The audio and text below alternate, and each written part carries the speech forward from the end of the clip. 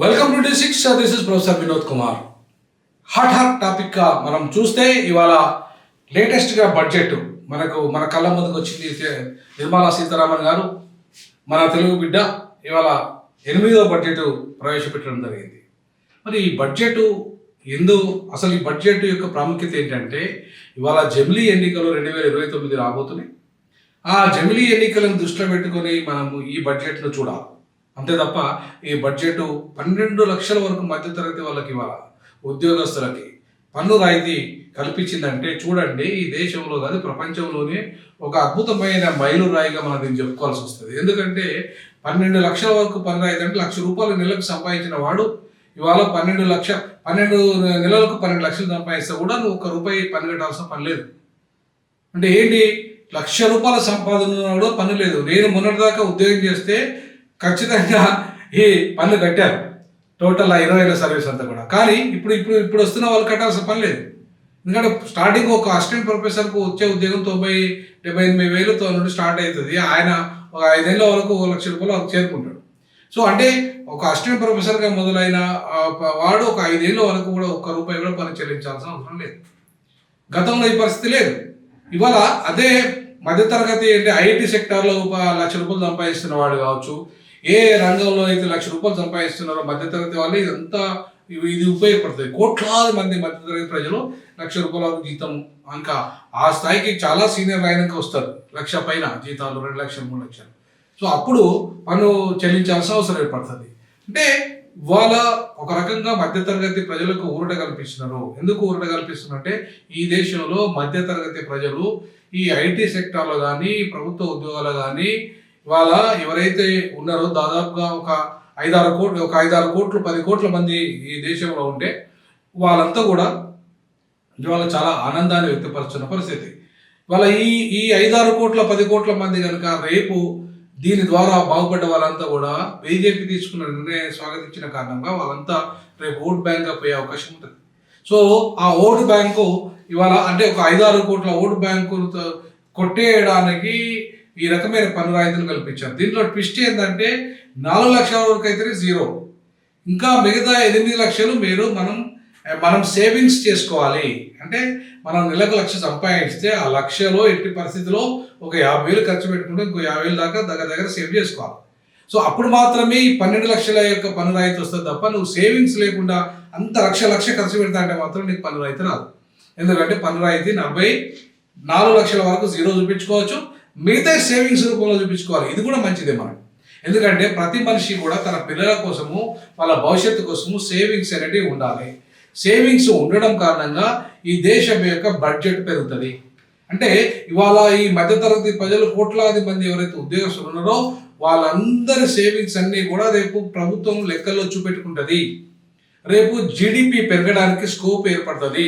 అంటే ఈ దేశంలో ఉన్న బ్యాంక్స్లలో మనం పెట్టే ఫిక్స్డ్ డిపాజిట్స్ కానీ, మనం ఏదైతే ఇన్సూరెన్స్ కంపెనీలో కట్టే ఇన్సూరెన్స్ కంపెనీ కానీ, రాయితీలు కానీ, ఇవన్నీ కూడా మనం నెలకు సంవత్సరానికి ఫిక్స్ అయ్యి కట్టుకుంటాం. కాబట్టి వీటన్నిటిని రేపు ప్రభుత్వం చూపించుకుంటుంది. జీడిపిలో డెవలప్మెంట్లో, భారతదేశ డెవలప్మెంట్లో జీడిపిలో ఇది ఒక భాగస్వామ్యం అవుతుంది.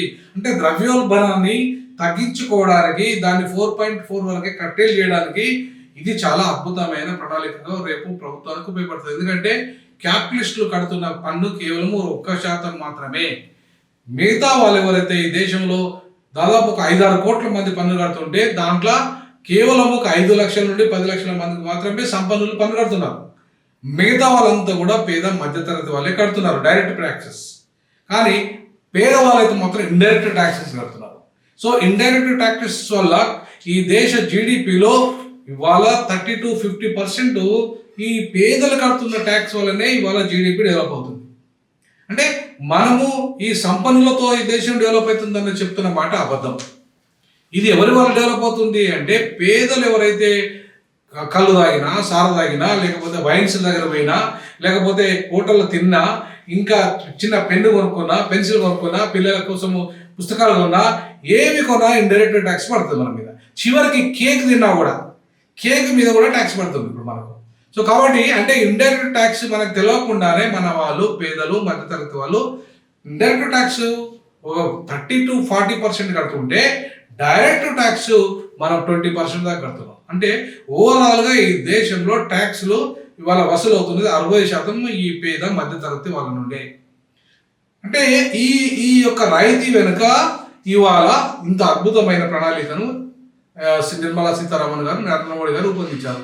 అంటే ఏంది, ఈ మనం ఏదైతే సేవింగ్స్ చేసుకుంటున్నామో 8 లక్షల సేవింగ్స్ అనే దాంట్లో అద్భుతంగా ఇవాళ పన్ను రాయితీ మనకు రావడానికి ఒక స్కోప్ కావడమే కాకుండా ఈ వీటి వల్ల ఖచ్చితంగా ప్రభుత్వానికి మ్యాండేటరీ ట్యాక్స్ కట్టాల్సి వస్తుంది. ఒక వస్తువును సేవ్ చేస్తున్నామంటే లేదా ఒక ఫిక్స్డ్ డిపాజిట్ చేస్తున్నామంటే 100% దాంట్లో ట్యాక్స్ ఆటోమేటిక్గా డిడక్ట్ అయిపోతుంది. సో కాబట్టి ఇవాళ ఆటోమేటిక్గా డిడక్ట్ అయిపోతున్న ఈ పన్ను ఏదైతే ఉందో ఖచ్చితంగా దీనికి ఒక చట్టం తేయబోతున్నారు, ఐటీ ఇన్కమ్ ట్యాక్స్ యాక్ట్. ఎట్లయితే మనకు ఐపీసీ, సిఆర్పిసి ఎట్లయితే చట్టాలు ఉన్నాయో ఆ చట్టాల్లో ఎవరైతే పన్ను ఎగవేస్తా అనుకున్న వాళ్ళు కానీ ఇక నుండి చెల్లదు. ఇక నుండి ఏ మార్గం చూసినా పన్ను తీరాల్సిందే. నీకు ఇన్కమ్ వస్తే పన్ను కట్టాల్సిందే. ఇక అమెరికా దేశంలో పన్ను కట్టని ఏ పౌరుడు ఉండడు. పన్ను కట్టకుండా ఏ పౌరుడు ఆ దేశంలో నివసించడు. కాబట్టి ఇవాళ ప్రతి పేదవాడి నుండి మధ్యతరగతి ప్రజల నుండి మొదలుకుంటే ఈ దేశంలో డైరెక్ట్ ట్యాక్స్ చేసేవాడు మ్యాండేటరీగా పన్ను కట్టాల్సిందే. ఇవాళ పన్నులు ఎగ్గొడుతున్న ఎవరైతే బడా పారిశ్రామికవేత్తలు ఉన్నారో, ఎవరైతే డబ్బులంతా కోట్లు సంపాదించి ఆ భూమిలో పెట్టి అక్కడ పెట్టి ఇక్కడ పెట్టి ఈ అవినీతి సొమ్ము వచ్చిన డబ్బు కూడా ఇక దాచుకోవడానికి వీల్లేదు. ఎందుకంటే నీకు చట్టం రాబోతుంది. ఆ చట్టం వస్తే నువ్వు ఎక్కడ ₹1 దాపెట్టినా నువ్వు జైలు పాలు కావాల్సిందే, 100% జైలు పాలు కావాల్సిందే. ఎందుకంటే అది దొరికితే ఖచ్చితంగా జైలు పాలు కావాల్సిందే. గతంలో ఇష్టారాజ్యంగా కోట్ల రూపాయలు భూమిలో పెట్టి కోట్ల బినామీలో పెట్టడానికి లేదు. నువ్వు ప్రతి రూపాయి కూడా ఎక్కడ ఫిక్స్ చేసినా ఏం చేసినా ఖచ్చితంగా అది ప్రభుత్వానికి తెలిసిపోతుంది. ఎందుకంటే నీ పాన్ కార్డు, నీ ఆధార్ కార్డు ఖచ్చితంగా అక్కడ లింక్ అయి ఉంటుంది, నీ బ్యాంక్ అకౌంట్కు లింక్ అయి ఉంటుంది. నువ్వు ప్రతి రూపాయి అక్కడ పే చేసినా, రూపాయి తీసినా అక్కడ టపీ మనీ అక్కడ పడుతుంది. అక్కడ ట్యాక్స్ ఇమీడియట్లీ డిడక్ట్ అయిపోతుంది. కాబట్టి ప్రభుత్వము ఇవాళ తీసుకొస్తున్న ఈ పన్ను విధానం ఏదైతే ఉందో, పకడ్బందీగా ఈ పన్ను చట్టం ఏదైతే ఉందో ఈ దేశాన్ని ఇవాళ అభివృద్ధి పదంలో నడిపించడానికి ఒక శుభంగా మంచి మార్గంగా మనం భావించాలి. అందుకే ఇవాళ నిర్మలా సీతారామన్ గారు ఏదైతే పన్ను రాయితీలు కల్పించారో అది 12 లక్షల వరకు దాన్ని మనం ఖచ్చితంగా ఈ దేశంలో మధ్యతరగతి ప్రజలు దాన్ని స్వీకరించాలి. అది ఎన్నికల కోసం చేసినా సరే, బట్ ఈ దేశాన్ని ఇవాళ సంపన్న దేశంగా చేయడానికి ఈ ప్రజల పన్నులే ప్రధాన కారణము. ఈ దేశం డెవలప్ కావాలన్నా, ఈ దేశం రోడ్లు వేయాలన్నా, స్కూల్స్ కట్టాలన్నా, ఈ దేశంలో ప్రభుత్వం చేసే కేంద్ర రాష్ట్ర ప్రభుత్వాలు చేసే ప్రతి అభివృద్ధి కూడా ఈ పన్నుల రూపంలో వచ్చే డబ్బుతో మాత్రమే చేస్తారు. ఎవరి జేబులకు వెళ్ళి ₹1 ఇచ్చేది ఉండదు. కాబట్టి ఈ కడుతున్న పన్నులు ఏవైతే ఉన్నాయో ఆ పన్నులను కనుక సరిగ్గా సరళీకరించి అట్లాగే బాగా ఇన్కమ్ ఉన్న వాళ్ళకి ఇవాళ స్పష్టంగా ఆ ఇన్కమ్ బాగా డబ్బుతున్న వాళ్ళకు కూడా పన్నులు పెంచగలిగితే, పన్నులను సరళీకరించగలిగితే తప్పకుండా ఇవాళ ఆ పన్నుల విధానం ఏదైతుందో ఖచ్చితంగా దేశాన్ని బిల్డ్ చేస్తుంది. ఆ దిశగా ఇవాళ పన్నులు తీసుకొస్తున్న 12 లక్షల మధ్యతరగతికి పన్నులు ఏదైతే రాయితీ ఉందో దాన్ని తప్పకుండా వెల్కమ్ చెప్పాల్సిన అవసరం ఉందని తెలియజేస్తున్నాను. ఇంకా మిగతా అంశాలు కూడా ఆ వీడియోలో చూసుకుందాం. పన్ను రాయితీ 12 లక్షల పన్ను రాయితీ దేశానికి మేలు అని చెప్తూ సైన్ అప్ చేస్తున్నాను. This is Vinod Kumar. జై భీమ్.